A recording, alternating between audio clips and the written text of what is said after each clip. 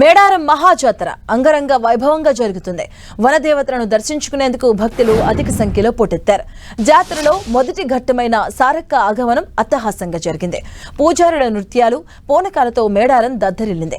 గిరిజన ఆచారాల సాక్షిగా లక్షలాది భక్తుల కోలాహలం మధ్య సమ్మక్క కూతురు సారళమ్మ గద్దెను చేరింది. కన్నపల్లి గ్రామం నుంచి డప్పుల దరువులు, పూజారుల నృత్యాలు, భక్తుల పూనకాల మధ్య గద్దెలపై కొలువుతీరింది. ఇక మరోవైపు గద్దెలపైకి పగిడిద్దరాజు, గోవిందరాజు చేరుకున్నారు. ఇక ఇవాళ చిలకలగుట్ట నుంచి సమ్మక్క గద్దెలపైకి చేరుకునుంది. కుంకుమ భరిణ రూపంలో గద్దెలపైకి సమ్మక్క చేరుకోబోతుంది. గద్దెలపైకి వనదేవతల ఆగమనంతో మేడారం జాతరలో తొలి ఘట్టం ఆరంభమవుతుంది. వనదేవతలను దర్శించుకునేందుకు పలు ప్రాంతాల నుంచి మేడారానికి భక్తులు పెద్ద సంఖ్యలో వస్తున్నారు. ఆర్టీసీ బస్సులు, ప్రైవేటు వాహనాల్లో మేడారం చేరుకుంటున్నారు.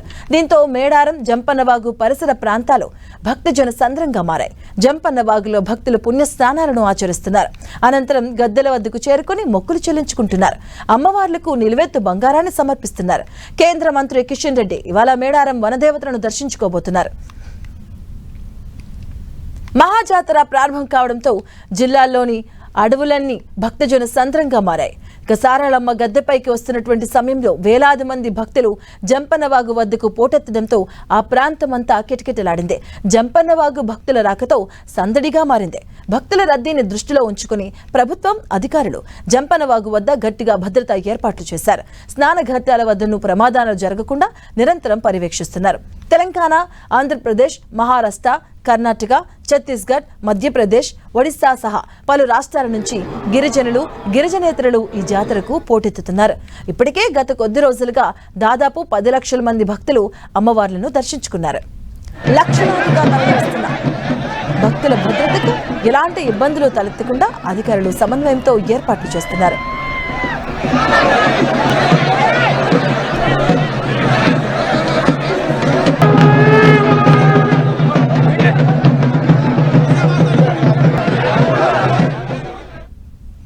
ఎలాంటి అవాంఛనీయ సంఘటనలు జరగకుండా కట్టుదిట్టమైన భద్రతా ఏర్పాట్లు చేసినట్టుగా అధికారులు తెలిపారు. అమ్మవారి దర్శనానికి లక్షలాది భక్తులు ఎదురు చూస్తూ ఉండడంతో మేడారం ఆధ్యాత్మికతతో నిండిపోయింది. భక్తుల కోసం టీజీఎస్ఆర్టీసీ 4000 ప్రత్యేక బస్సులను, దక్షిణ మధ్య రైల్వే 28 ప్రత్యేక రైళ్లను నడుపుతుంది.